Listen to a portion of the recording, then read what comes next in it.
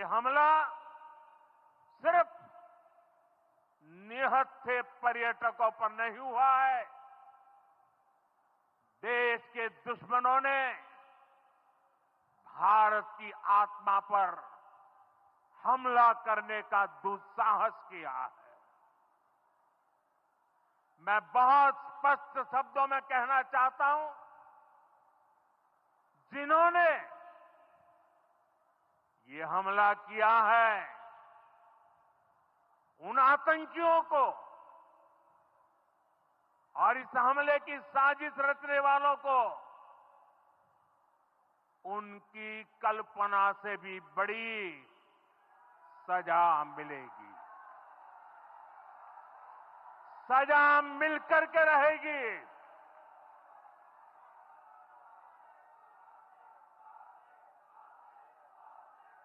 अब आतंकियों की बची खुची जमीन को भी मिट्टी में मिलाने का समय आ गया है।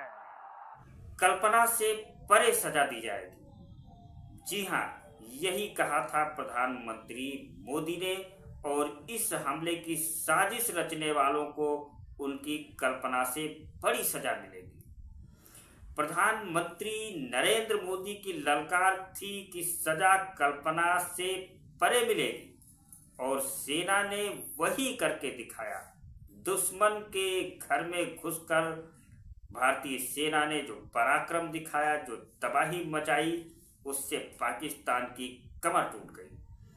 पाकिस्तान को भारत की शर्तों पर सीज फायर करने के लिए झुकना पड़ा, और अमेरिका की मध्यस्थता के बाद दोनों देशों में संघर्ष विराम का ऐलान हो गया। लेकिन अब विपक्ष की नाराजगी का मुद्दा बन गया है यही सीज फायर का ऐलान। जो पहले विपक्ष सरकार के साथ खड़ा हुआ दिखाई दे रहा था, अब वही अमेरिका की भूमिका पर बड़ा प्रश्न चिन्ह खड़ा कर रहा है। कांग्रेस से लेकर AIMIM तक और क्षेत्रीय दलों के नेता सबके सब सरकार से जवाब मांग रहे हैं। हमारे सैनिकों का, हमारी फौज का तो पराक्रम और शौर्य है, मैं उसको सलाम करता हूं। हम सबको बड़ा आश्चर्य हुआ जब सीज फायर की घोषणा वो भी अमेरिका के राष्ट्रपति ने की। ये शायद पहली बार हुआ है कि इस प्रकार सीज फायर की घोषणा सोशल मीडिया के माध्यम से अमेरिका के राष्ट्रपति के द्वारा की जाती है। कांग्रेस नेता प्रमोद तिवारी ने तो यहां तक कह दिया कि क्या अब हिंदुस्तान की जनता को अमेरिका की सच्चाई जाननी पड़ेगी। उन्होंने तुरंत सर्वदलीय बैठक और संसद का विशेष सत्र बुलाए जाने की मांग की। इसके अलावा असदुद्दीन ओवैसी ने भी ट्वीट किया और उन्होंने लिखा, क्या हमें सच्चाई जानने के लिए रेडियो वाशिंगटन चलाना पड़ेगा।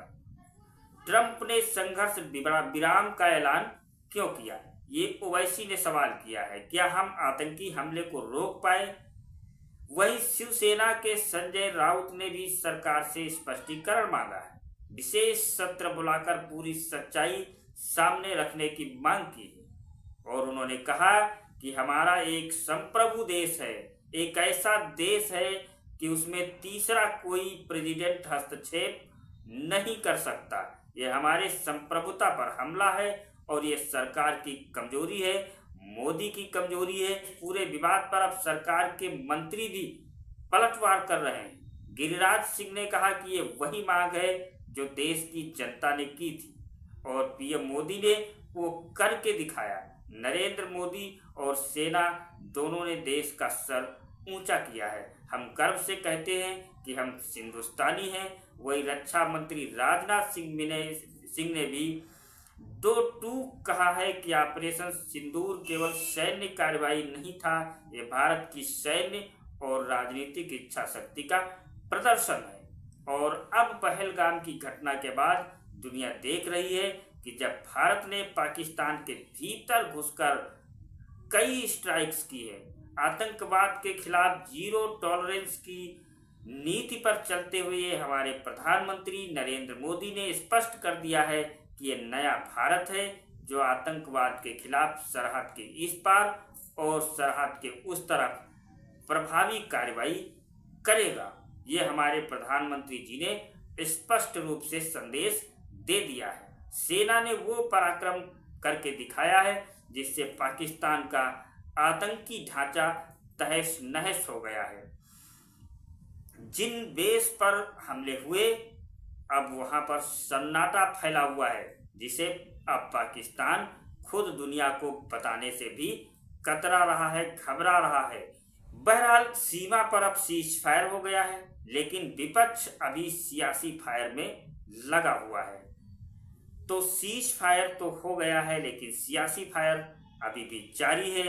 असदुद्दीन ओवैसी सरकार से सवाल पूछ रहे हैं। असदुद्दीन ओवैसी ने सरकार से सवाल पूछा कि आखिर ट्रंप ने संघर्ष विराम की घोषणा क्यों की, हमने तीसरी पक्ष की बात इस मुद्दे पर मानी क्यों, हम बातचीत के लिए तैयार क्यों हुए।